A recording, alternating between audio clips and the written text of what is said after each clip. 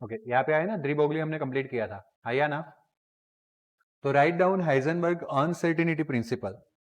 तो Werner Heisenberg, which is a German physics, in 1927 stated uncertainty principle. उन्होंने कौन सा प्रिंसिपल दिया? Uncertainty principle. ओके, प्रिंसिपल क्या था? It states that it is impossible to determine simultaneously the exact position and exact momentum. Momentum यानी कि actually में momentum velocity नहीं होता है, लेकिन momentum p equals to m into v, previous lecture में पढ़ा था। तो वेलोसिटी मेजर कर लो तो आपको क्या मिल जाएगा? मोमेंटम p मिल जाएगा, हाँ या ना। तो मोमेंटम मेजर करना यानी अल्टीमेटली किसको मेजर करना?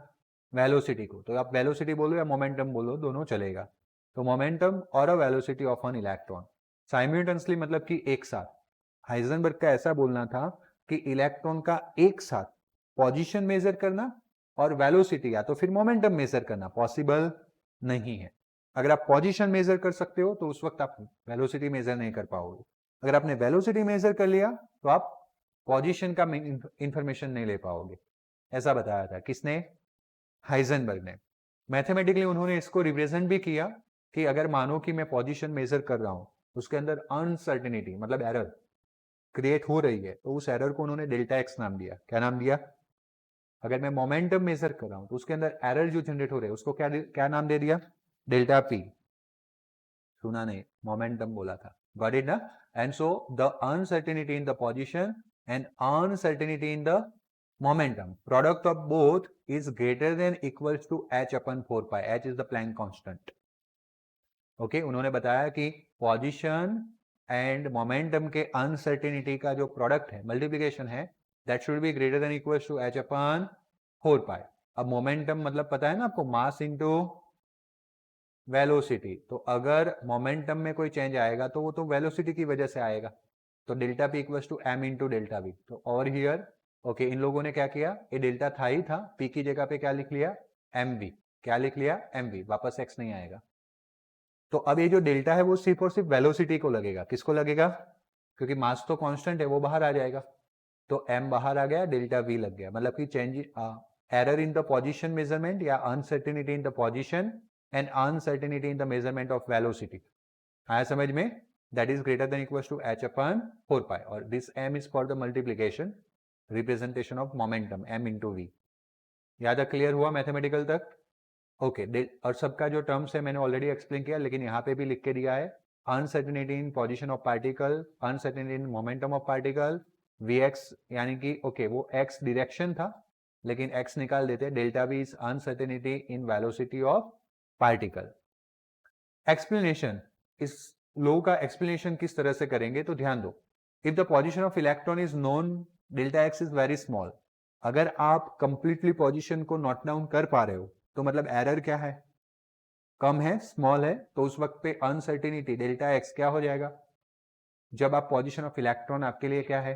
नॉन, पता है आपको पोजीशन के बारे में, then the velocity of the electron will be uncertain, is a large, will be uncertain, okay, and that is very large. How? Suppose just for example, मानो कि मैं ये h अपन 4 पाई का कोई वैल्यू है ना, वो वैसे भी बहुत छोटा होने वाला है, लेकिन मैं अभी 200 मान ले रहा हूं। कितना मान रहा हूं? 200, जो तो कांस्टेंट है h अपन 4 पाई। अब सामने मुझे delta x into delta p करना है, या वेलोसिटी भी समझ सकते हो। तो मानो कि 2 लिखूं तो 2 इंटू कितना करना पड़ेगा? अब मैं डेल्टा एक्स को बढ़ाते जा रहा हूं, मानो कि इसको 4 लिखूं तो यहाँ पे क्या करना पड़ेगा? अगर मैं इसको 100 कर दूं तो वहां पे क्या करना पड़ेगा? मतलब कि आप देखो, uncertainty in the position increase होते जा रही है, तो अनसर्टेनिटी इन द मोमेंटम क्या होते जा रहा है? मतलब एक बढ़ेगा तो दूसरा क्या होगा? कम। तभी तो राइट हैंड साइड वाला टर्म क्या रहेगा? सेम। आया समझ में? तो हमारा भी इक्वेशन कुछ इसी टाइप का था ना, कि delta x into delta p equals to greater than equals to होता है, लेकिन अभी इक्वल्स टू मान ले तो h अपन 4 पाई। तो राइट हैंड साइड फिक्स है। तो अब ये लेफ्ट हैंड साइड के जो दो क्वांटिटी है delta x and delta P, किसी एक को स्मॉल करोगे तो दूसरा एक बढ़ता जाएगा, है या ना? So if delta x is small, then the velocity of electron will be uncertain and that is very large. If the velocity of electron is known precisely, अब उल्टा, अगर वेलोसिटी प्रिसाइजली नॉन है, मतलब कि डेल्टा भी small है, तो कौन बढ़ जाएगा? Delta x. Okay, then the position of electron will be uncertain. इसीलिए हाइजेनबर्ग का ऐसा बोलना था कि हम एक साथ में दोनों मेजर कर पाएंगे नहीं। आया समझ में? Thus, if we carry out some physical measurement of the electron's position or velocity, the outcome will always depict fuzzy or a blur picture. कहने का मतलब, अगर आप एक्सपेरिमेंट कर रहे हो, आप हाइजेनबर्ग हो, सब सोचो थोड़े टाइम के लिए, और आप इलेक्ट्रॉन का पोजीशन और वेलोसिटी मेजर कर रहे हो, तो आपको कभी क्लियर पिक्चर नहीं मिलेगा। क्यों? क्योंकि अगर आपने पोजीशन मेजर कर लिया तो क्या छूट जाएगा? वेलोसिटी। कर तो पाओगे लेकिन एरर ज्यादा होगा। आया समझ में? अगर आपने वेलोसिटी मेजर कर लिया तो क्या छूट जाएगा? पोजीशन। आया समझ में? Got it? Okay, to decide the position of electron, in order to determine the position of an electron, we must use meter stick which is calibrated in units of smaller than the dimension of electron. देखो, अगर मुझे room का length major करना है तो room के length को major करने के लिए मैं क्या रूम यूज कर सकता हूं? एक रूम का लेंथ, दो रूम का लेंथ नहीं, बट मैं टाइल्स यूज कर सकता हूं। इस रूम में 20 टाइल्स है, दूसरे रूम में 10 टाइल्स है, हाँ या ना? तो मैंने टाइल्स क्यों यूज किया? क्योंकि टाइल्स का डायमेंशन रूम के डायमेंशन से क्या था? स्मॉल था। तो मैं किसी चीज को मेजर करने के लिए ऐसा डायमेंशन यूज कर सकता हूं जो उससे कम हो, है या ना? तो इलेक्ट्रॉन की पोजीशन अगर मुझे मेजर करनी है तो मुझे इलेक्ट्रॉन से स्मॉल डायमेंशन वाला कोई स्केल चाहिए। अगर मुझे मीटर स्टिक लेना है तो इलेक्ट्रॉन से स्मॉल डायमेंशन वाला होना चाहिए इंश्योर, तभी मैं मेजर कर पाऊंगा कि भाई इतने यूनिट में इलेक्ट्रॉन का डायमेंशन है या यहाँ पे पोजीशन है। बात क्लियर हुई? तो यहाँ पे वही लिखा है, in order to determine the position of electron we must use a meter stick which is calibrated in the units smaller than the dimension of electron. So to observe an electron, अभी ऐसा meter stick तो possible नहीं है, it is just sentence. Okay? तो to observe the electron we can illuminate it with the electron, तो बहुत छोटा particle है, तो अब हम क्या कर सकते हैं? उसको लाइट से इल्यूमिनेट कर सकते हैं, जस्ट लाइक हमने कैथोड रे को देखा था ना। आज एक बच्ची ने मुझे स्कूल में क्वेश्चन पूछा था केमिस्ट्री का, रिसिस में आके मैं बहुत खुश हो जाता हूँ जब मुझे कोई क्वेश्चन पूछने आता है तो क्योंकि कभी कभी कभी कभी आते हैं ना बच्चे, तो खुश हो जाता हूँ मैं। आप भी अगर मुझे कहीं पकड़ लो तो अच्छा रहेगा, है ना? स्कूल में कोई डाउट्स लेके आ जाओ तो उसने फ्लोरोसेंट मटेरियल के बारे में पूछा था, पढ़े थे ना हम जिंक सल्फाइड, तो बोलते हैं जिंक सल्फाइड ये क्यों? तो एक्चुअली में काफी ज्यादा मटेरियल्स होते हैं, लेकिन हमने एज अ एग्जाम्पल कौन पढ़ा? जिंक सल्फाइड पढ़ा। बात क्लियर? और आज तो टेक्निक्स चेंज हो गए, क्योंकि हमने जो पढ़ा था वो 19th सेंचुरी का था, वो पुराने टीवी वाला था, जब टीवी बंद होता है तो ऐसे बीच में चुप, वो वाला कॉन्सेप्ट था। एलसीडी पढ़ा होगा आपने या सुना होगा, बहुत ही कम टाइम के लिए आया मार्केट में, लेकिन आया लिक्विड क्रिस्टल डिस्प्ले, तो उसके ऊपर केमिकल लगाया जाता था, उसको जब इलेक्ट्रॉन टकराते थे तो पिक्चर बन जाता था, दया जेठालाल, है ना? आया समझ में? आज कौन सा टाइम आ गया है? एलईडी, चेंज हो गया पूरा एरा। बट व्हाटएवर, वही इस कॉन्सेप्ट पे वापस आना है, तो उस कैथोड रे को डिटेक्ट करने के लिए हमने एक मटेरियल यूज किया था, वहां पे ब्राइट स्पॉट जनरेट हो रहा था। याद आ रहा है चैप्टर का स्टार्टिंग टॉपिक? भूल नहीं गए हो ना? 50 तक पहुंच गए हैं तो ऐसा नहीं कि वो निकल गया, निकल गया, हाँ, तो संभाल के रखना है। तो वैसे ही अगेन हमें इलेक्ट्रॉन को नोट डाउन करना है, उसकी पोजीशन को रिफर करना है, तो हमें उसके ऊपर लाइट डालना पड़ेगा। जैसे वहां पे इल्यूमिनेट होगा, हम पता लगा पाएंगे कि यस ये क्या है? इलेक्ट्रॉन है। तो लाइट का वेवलेंथ जो है वो इलेक्ट्रॉन के डायमेंशन से कम होना चाहिए, और हो सकता है लाइट का वेवलेंथ 10⁻⁷ मीटर में है, पता है ना? 4000 एंगस्ट्रॉम टू 7000 एंगस्ट्रॉम। या फिर ऐसा लाइट यूज कर सकते हैं और भी छोटा वेवलेंथ वाला हो, उसका वेवलेंथ कम रहेगा तो हमें इलेक्ट्रॉन का पोजीशन इजीली मिल जाएगा। बात क्लियर हुई? Okay, the light use must have a wavelength smaller than the dimension of electron. So light से एक चीज और माइंड में डाल देना, लाइट यानी ओनली विजिबल लाइट नहीं, सिर्फ वीक ग्योर नहीं, वायोलेट से लेके रेड तक का नहीं। लाइट मतलब इलेक्ट्रोमैग्नेटिक वेव में कुछ भी हो सकता है, जो हम पढ़े थे ना spectrum, x ray, ultraviolet, gamma, micro, visible, ये सब लाइट में आ जाता है। क्लियर है? चलो, the high momentum photons of such light that is P equals to H upon lambda, किसने सिखाया? P equals to H upon lambda. हाँ सही है, बोलो। नहीं, डी बर्ग नहीं, थोड़ा गलत जा रही है, बट सही है, मैंने सुन लिया तो बोल दिया तुम्हें कि यस, डी ब्रोगली, है ना? वो सही जा रही थी प्रीवियस लेक्चर में, लास्ट थ्योरी, एक दिन हो गया, याद भी नहीं आ रहा है नाम। डी ब्रोगली पढ़ा था ना? इससे पहले कॉन्सेप्ट उसी ने तो बताया था कि lambda equals to h upon p, इसका उल्टा फॉर्म है ना, सीधा ना दिया हो तो ना आए, एच अपन पी ये पढ़ा था ना, तो पी ऊपर चला गया, लैम्बडा कहाँ चला गया, नीचे चला गया। तो इस फॉर्मूला से हम क्या दे सकते हैं बेटा, momentum would change the energy of electron, अब change the energy of electron by the collisions. हुआ क्या, हमने इलेक्ट्रॉन का पोजीशन एग्जैक्ट मेजर करने के लिए एक लाइट यूज किया, एक लाइट ऐसा यूज किया जिसका वेवलेंथ कम हो। अगर मैं बेटा वेवलेंथ कम कर देता हूं, डिनोमिनेटर में कम लेता हूं, तो मोमेंटम क्या हो जाएगा, ज्यादा। मोमेंटम मतलब एनर्जी, जितना मोमेंटम ज्यादा उतना वेलोसिटी ज्यादा, तो एनर्जी ज्यादा होगा। ऐसा इलेक्ट्रॉन जो है वो दूसरे इलेक्ट्रॉन्स के साथ क्या होगा, कोलाइड होगा, कोलाइजेंस मतलब टकराना। अब टकराने के बाद वो कहा जाएगा, वी डोंट नो, क्योंकि एक टकराना तो रेंडमली होगा ना, टकराना रेंडमली होगा तो वो किसी भी डायरेक्शन में भाग सकता है, और जब वो किसी भी डायरेक्शन में भाग सकता है तो you are not able to find out velocity, क्योंकि उस वेलोसिटी को तो स्पीड भी चाहिए, साथ में डायरेक्शन भी चाहिए। क्या चाहिए, बात क्लियर हुआ। तो इसीलिए बात क्या है कि अगर हमने पोजीशन को मेजर कर लिया, लाइट हुआ, पोजीशन मिल गया हमें, बट उस वक्त इलेक्ट्रॉन का वेलोसिटी क्या है वो पता चलेगा नहीं, क्योंकि वो किसी से टकराएगा हाई एनर्जी से, फिर उसकी डायरेक्शन क्या हो जाएगी, रैंडम। बात क्लियर हो गई ना, okay. So in this process we can no doubt would be able to calculate the position of electron, but we would know very little about velocity of electron after collisions. Velocity के बारे में पता लगा पाएंगे नहीं। Clear हुआ। Significance क्या है इस प्रिंसिपल का, one of the important implications of the Heisenberg uncertainty principle is that it is rule out existence of defined path or a trajectories of the electron and other smaller particles. Okay, इसका significance क्या है, तो इसका significance ऐसा है, तो ध्यान देना, बोहर्स पे हम रुके हुए थे, हाइड्रोजन स्पेक्ट्रम नहीं समझा रहा था, और वो कुछ और वो कुछ, काफी कुछ लिमिटेशंस था।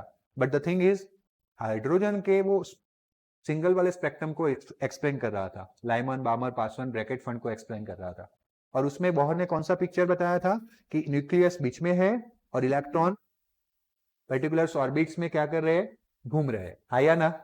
अब देखो बेटा, सब सेम नहीं होते, मैं जब कुछ नया लेके आता हूं ना, तो मार्केट में कुछ ऐसे लोग, गलत हो बैठ जाओ, गलत हो बैठ जाओ, तो बोहर को हाइजेनबर्ग ने गलत कर दिया। हाइजेनबर्ग ने एक्सपेरिमेंट किया, यार ऐसा कैसे हो सकता है, कोई इलेक्ट्रॉन का पाथ कैसे डिसाइड कर सकता है, तो उन्होंने एक्सपेरिमेंट किया, उनके एक्सपेरिमेंट को हमने लॉजिकली समझा भी सही, तो अगर इलेक्ट्रॉन का पोजीशन चाहिए तो उसके ऊपर लाइट फेंकना पड़ेगा, लाइट फेंकेंगे वेवलेंथ कम लेना पड़ेगा, वेवलेंथ कम लेंगे एनर्जी ज्यादा होगा, ऐसा इलेक्ट्रॉन, लाइट का फोटोन इस इलेक्ट्रॉन को टकराएगा, शायद मैंने आगे गलती कर ली, इलेक्ट्रॉन इलेक्ट्रॉन को टकराएगा ऐसा बोला था, माय मिस्टेक। हम जो लाइट उसके ऊपर इंसुलेट कर रहे हैं, तो लाइट का कौन सा नेचर होता है, वेव नेचर होता है, बट उसका दूसरा कौन सा नेचर होता है, पार्टिकल, उसका फोटोन पार्टिकल होता है ना। तो वो फोटोन जब इलेक्ट्रॉन को टकराएगा, लिसन केयरफुली, वो फोटोन इलेक्ट्रॉन को टकराएगा, तो ये तो कैसी बात हो गई, हिदायत साइकिल लेके खड़ा और मैं पीछे से जाके गाड़ी से क्योंकि मेरे पास तो ज्यादा एनर्जी थी, ज्यादा मोमेंटम था। उसके बाद हिदायत कहाँ है, तो इलेक्ट्रॉन कहाँ है, वी डोंट नो। एक्चुअली मैं वे समझाना था, आगे मैंने थोड़ा गलती कर दिया था, इलेक्ट्रॉन इलेक्ट्रॉन बोल दिया था। तो अब ऐसा हाई एनर्जेटिक फोटोन इलेक्ट्रॉन को टकराएगा, फिर इलेक्ट्रॉन के वेलोसिटी के बारे में हमारे पास कोई इंफॉर्मेशन, ऐसा हाइजेनबर्ग का बोलना था और वो सही था, तो फिर हाइजेनबर्ग ने क्वेश्चन उठाया, तो फिर बोहर ने कैसे बता दिया कि ये फिक्स ऑर्बिट में घूम रहे हैं, गलत है, गलत है, गलत है। तो वापस इस इन अनसर्टेनिटी प्रिंसिपल से बोहर के मॉडल पे वापस क्वेश्चन आए। बात समझ में आया। और उन्होंने ए हाइजेनबर्ग ने, इलेक्ट्रॉन तो ठीक है, इलेक्ट्रॉन जैसे जितने भी स्मॉल पार्टिकल है सबके लिए ये बात सही है हाइजेनबर्ग की, क्लियर हुआ ना। तो इट रूल्स आउट मतलब कि फॉल्स प्रूव कर रहा है, किसको फॉल्स प्रूव कर रहा है, एग्जिस्टेंस ऑफ डिफाइनाइट पाथ, जो किसने बताए थे, बोहर ने, या ट्रेजेक्टरीज मतलब एक सिंपल पाथ जिसके ऊपर इलेक्ट्रॉन घूमने वाला था, of electrons and other similar particle. The trajectories of the object is determined by its location. Trajectory किस तरह से पता चलती है, तो उसके लोकेशन और उस टाइम पे उसका वेलोसिटी, जैसे कि दिस इज द ट्रेजेक्टरी किसी पार्टिकल का, ये क्या बता रहा है कि अगर यहाँ पे पार्टिकल होता तो इस डायरेक्शन में वेलोसिटी होगा, कितना मैग्नीट्यूड का वो भी बता रहा है, यहाँ पे होता तो इस तरह से होता, यहाँ पे मुड़ जा रहा है तो इस तरह से टेंजेंट, तो इस टेंजेंट से हमें ट्रेजेक्टरी मिलती है कि वो पार्टिकल कहाँ कहाँ घूमने वाला है। तो वेलोसिटी चाहिए और दूसरा क्या चाहिए, particular location. If we know where a body is a particular instant and if we know its velocity and the force acting on at that instant, we can tell where the body would be sometime later. मानो कि यहाँ पे कोई particle है, हमें पता है कि यहाँ पे है अभी के टाइम पे उसका वेलोसिटी यहाँ पे कितना है, कौन से डायरेक्शन में है, तो हम पता लगा सकते हैं कि नेक्स्ट कुछ टाइम के बाद वो कहाँ जाएगा। आया समझ में? तभी हमें एग्जैक्ट, इन शॉर्ट आपको लोकेशन भी चाहिए, दूसरा वेलोसिटी भी चाहिए, तब आप ट्रेजेक्टरी बता सकते हो। किसी एक से ट्रेजेक्टरी नहीं बता सकते। और हाइजेनबर्ग ने तो वही बोला कि आप तो कोई एक ही मेजर कर पाओगे। अगर आपने पोजीशन पे फोकस किया, वेलोसिटी आपके सामने नहीं है, और अगर आपने वेलोसिटी पे फोकस किया तो पोजीशन आपको नहीं मिल पाएगा। बात क्लियर हुई? Since for the sub atomic object such as an electron it is not possible simultaneously to determine the position and velocity at any given instant, and so an arbitrary degree of precision, so it is not possible to talk about the trajectory of electron के trajectories के बारे में हम नहीं बोल सकते या नहीं बात कर सकते। So the effect of Heisenberg uncertainty principal is significant only for the motion of which object only. एक ही लिमिटेशन है हाइजेनबर्ग का, अनसर्टेनिटी प्रिंसिपल वैलिड है लेकिन छोटे ऑब्जेक्ट्स के लिए, लाइक इलेक्ट्रॉन जैसे पार्टिकल्स के लिए, उससे ज्यादा बड़े नहीं। Okay, and negligible for the what, macroscopic, बड़े बड़े ऑब्जेक्ट के लिए ये जो अनसर्टेनिटी प्रिंसिपल है वो निग्लेजेबल है, वहां पे वो काम आता नहीं है। Just for example, uncertainty principle, sorry, electron uncertainty in the velocity is, velocity के अंदर कितना अनसर्टेनिटी है, suppose 10⁻⁴, that is very small, yes और no, while for 1 milligram object is 10⁻28, that is very large। आया समझ में? कुछ गलत गलत बोल रहे हैं ये लोग।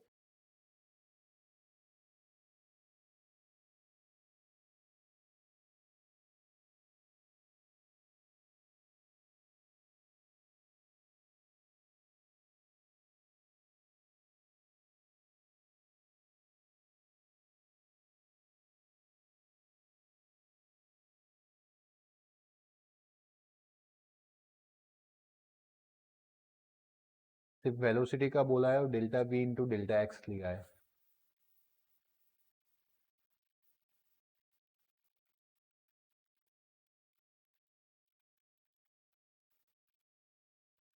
Electron uncertainty position is less like 10⁻⁸, still uncertainty in velocity is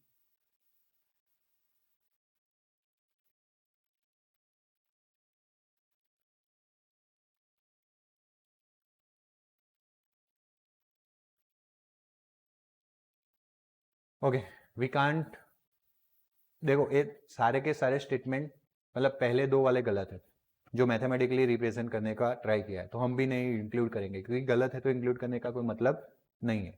आया समझ में? बट मैं नॉर्मली मेरे वर्ड्स में समझा हूं तो ये क्या बोलना चाह रहे हैं कि अगर इलेक्ट्रॉन्स के लिए अनसर्टेनिटी 10⁻⁴ आती है वेलोसिटी के अंदर, तो इलेक्ट्रॉन का डायमेंशन कितना था, 10⁻31 मास होता है उसका, पता है ना? तो और या साइज अगर देखो तो वो लेस देन 10⁻⁻15 होगा, तो उसके कंपेयर में 10⁻⁴ बहुत बड़ा माना जाएगा। जैसे हमने दिखने में तो छोटा दिखता है, लेकिन किसके लिए हमने फाइंड किया, इलेक्ट्रॉन, तो हमारे रेफरेंस में नहीं दिखना है, किसके रेफरेंस में देखना है, इलेक्ट्रॉन के डायमेंशंस के कंपेयर में इतनी ज्यादा एरर बोली जाएगी। 10⁻⁴ is a very big quantity for electron, so ये बहुत ज्यादा अनसर्टेनिटी हुआ। आया कि नहीं समझ में? बट वही अनसर्टेनिटी अगर ऑर्डिनरी ऑब्जेक्ट के लिए आए ना तो निग्लेजेबल है, क्योंकि ऑर्डिनरी ऑब्जेक्ट का साइज 10 मीटर 100 मीटर ऐसा होता है, या मास उसका 10 किलोग्राम 100 किलोग्राम होता है, तो उसके कंपेयर में 10⁻⁴ निग्लेजेबल है। आया समझ में? ये मीनिंग था दो सेंटेंस का, लेकिन इधर उधर घुमा के लिखा है इसलिए करेक्ट नहीं है। शायद आपके बुक में जो एग्जाम्पल या इलस्ट्रेशन दिया हो करेक्ट हो सकता हो कैलकुलेशन के through. Therefore means that precise statement of the position and momentum of electrons have to be replaced by the statement of, अब यहां से क्या किया गया, यहां से क्या किया गया, मानो कि मैं किसी के लिए फिक्स चीज नहीं बोल पा रहा हूं, डिफाइनाइट चीज नहीं बोल पा रहा हूं। मैंने बोला कि कल परसों मेटल आ जाएगी, मे बी, जब मैंने प्रिसाइज नहीं बोला तो मैंने क्या डाल दिया, मे बी, मतलब जब हम प्रिसाइज नहीं होते हम बोलते प्रोबेबली, क्या बोलते हैं, प्रोबेबली। तो अब बोहर ने जो प्रिसाइज पाथ डिफाइंड किए थे वो डी ब्रोगली एंड हाइजेनबर्ग के एक्सपेरिमेंट्स है, क्योंकि हाइजेनबर्ग ने अल्टीमेटली डी ब्रोगली यूज किया, lambda equals to h/p use किया ना। तो वो दोनों के एक्सपेरिमेंट्स के थ्रू जो उन्होंने प्रिसाइज बोहर ने बताए थे पाथ, वो तो अब क्या हो गए, कैंसल आउट हो गए, रूल्ड आउट हो गए। तो उनके लिए फिर प्रोबेबल वर्ड यूज किया गया। अब हम इलेक्ट्रॉन का फिक्स पाथ, फिक्स ट्रेजेक्टरी अगर हम नहीं फाइंड कर पाते हैं तो हमें क्या बोलना पड़ेगा, प्रोबेबल। एंड दैट्स वाई जो फिक्स प्रिसाइज स्टेटमेंट था, प्रिसाइज लिखा हुआ था, उसको चेंज करके रिप्लेस करके क्या डाल दिया गया, probability. Give the reasons for the failure of Bohr's model. So Bohr model, an electron is regarded as the charged particle but the wave character of the electron is, Bohr ने तो consider नहीं किया था, wave nature तो किसने consider किया, de Broglie ने, जो बोहर के बाद आया। पहली बात क्लियर हुई, पहला ये लिमिटेशन। हिदायत आगे के लेक्चर देखे हैं तो देख तो सकते हो ना घर पर बैठ के, हाँ चलो। In a Bohr model moving is a well moving, ध्यान दो, Bohr model moving in a well defined circular orbits. कौन, लेकिन यहाँ पे लिखना पड़ेगा, electron moving in a well defined circular orbit. It completely be defined if only both position and velocity of electrons are known exactly at the same time, but this is not possible according to which principle, that is the limitation। आया समझ में, ये failure है, sorry limitation नहीं है, क्योंकि limitation वाला question आगे पढ़ चुके हैं, है ना, तो फेलियर है। Bohr models of the hydrogen atom therefore not only ignores the dual behavior, एक तो इलेक्ट्रॉन को वो पार्टिकल ही मान रहा था, बट डी ब्रोगली ने बताया कि वो वेव भी है, तो एक तो ड्यूअल बिहेवियर को वो इग्नोर कर रहा है of matter, but also contradicts मतलब ऑपोजिट जा रहा है किससे, हाइजेनबर्ग अनसर्टेनिटी प्रिंसिपल से। Therefore there was no point in extending the Bohr model to, लोगों ने सोचा ही नहीं उसको आगे ले जाने का, क्योंकि वो हाइड्रोजन के लिए भी गलत था। लिमिटेशन में भी हमने देखा था कि डबलेट ट्रिपलेट को एक्सप्लेन नहीं कर पा रहा है, और यहाँ पे भी वो फेल हो गया। बात क्लियर हुई, आया ना। और दैट्स वाई एक न्यू कॉन्सेप्ट स्टार्ट हुआ अगेन आगे के केमिस्ट्री एंड फिजिक्स में, that is the quantum mechanics model of atom, and this is the last stage for the structure of atoms. तो धीरे धीरे करके हमने स्टार्ट किया था, कौन से साइंटिस्ट से, जे थॉमसन से, बोहर तक हमने बातें कंप्लीट की, और अब एक नया ही कॉन्सेप्ट हमारे सामने है, that is quantum mechanics of atom, model of atom. इसके आगे के कॉन्सेप्ट समझने के लिए पूरी बुक्स है कैसे डिफाइंड हुआ, लेकिन हम ओवरव्यू लेने वाले, उससे हमें काफी कुछ क्लियर हो जाएगा। आज यहाँ तक, नेक्स्ट लेक्चर में हम बोलेंगे ओवरव्यू। गॉट इट ना, ओके बाय।